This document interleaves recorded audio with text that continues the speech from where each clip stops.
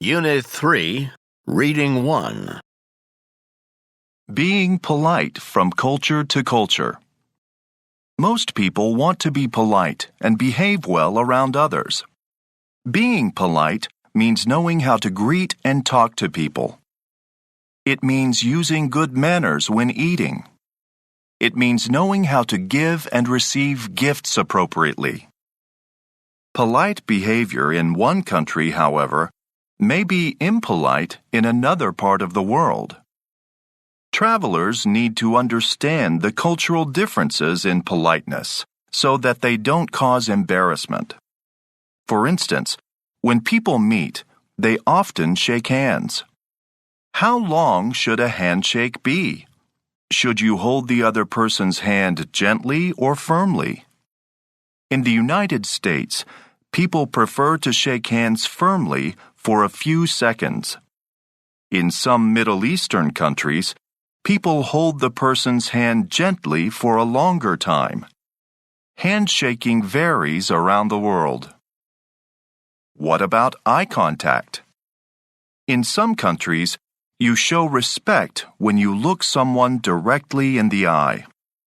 In other parts of the world, to look at someone directly is rude. To be respectful, a person looks down at the ground. There are also cultural differences in the way people use personal space. When two people are talking, should they stand close together or far apart? Exactly how close should they stand? In North America, for instance, people usually stand about an arm's length apart during a conversation.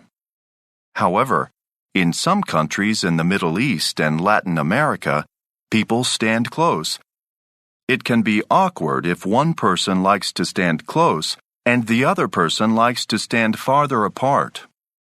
3 authors wrote a book, Kiss, Bow, or Shake Hands, about cultural differences. In their book, they discuss greetings, gift-giving, and time. Around the world, cultures have different ideas about giving gifts.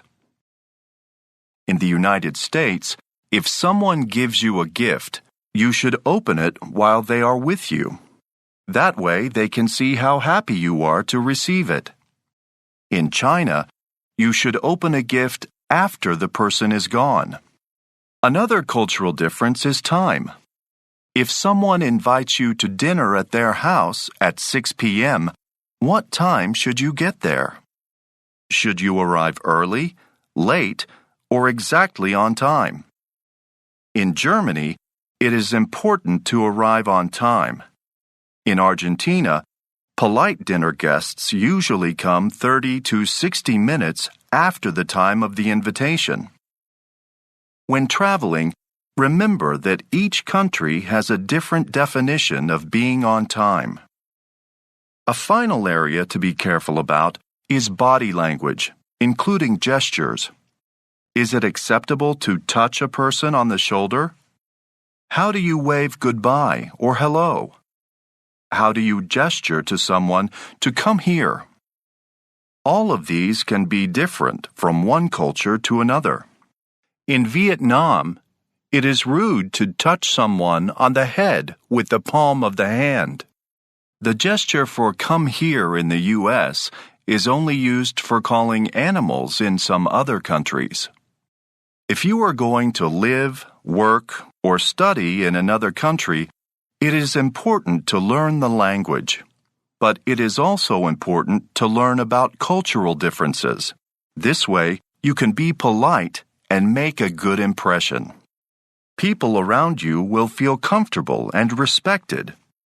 Politeness and good manners can be good for making friends, good for traveling, and good for business too.